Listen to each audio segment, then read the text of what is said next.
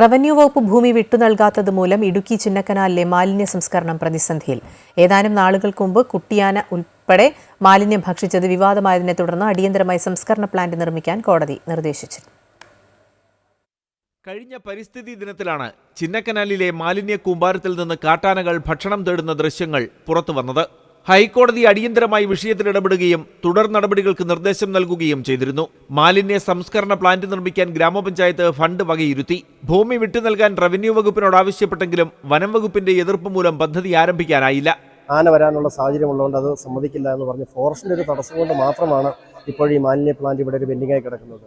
നമുക്കറിയാൻ സാധിക്കും, ഈ വ്യാപാരികളെല്ലാം വളരെ ബുദ്ധിമുട്ടുകയാണ്. ഈ സൂര്യനെല്ലി ടൗണിലെല്ലാം ഈ മാലിന്യം എന്ന് പറഞ്ഞാൽ വീട്ടിൽ സൂക്ഷിച്ചു വെക്കാൻ പറ്റുന്ന ഒരു സംഭവമല്ല.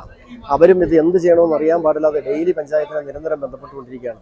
വിവിധ മേഖലകളിൽ കണ്ടെത്തിയ ഭൂമിക്ക് വനം വകുപ്പ് എതിർപ്പ് പ്രകടിപ്പിച്ചിരുന്നു. ഏതാനും നാളുകൾക്ക് മുമ്പ് 75 സെന്റ് സ്ഥലം കണ്ടെത്തിയെങ്കിലും ഇത് രേഖകൾ പ്രകാരം കൈമാറാത്തതിനാൽ പണി ആരംഭിക്കാനായിട്ടില്ല. ടൂറിസം മേഖലയായ ചിന്നക്കനാലിലെ റിസോർട്ടുകളിൽ നിന്നും വ്യാപാര സ്ഥാപനങ്ങളിൽ നിന്നും പുറന്തള്ളുന്ന മാലിന്യങ്ങളും സഞ്ചാരികൾ ഉപേക്ഷിക്കുന്ന മാലിന്യവും ജലസ്രോതസ്സുകളിലടക്കം കെട്ടിക്കിടക്കുന്ന സാഹചര്യമാണുള്ളത്. ഇത്തരം മാലിന്യങ്ങൾ വന്യമൃഗങ്ങൾ ഭക്ഷിക്കുന്നതും പതിവാണ്. MC Boban, Amrita news, Idukki.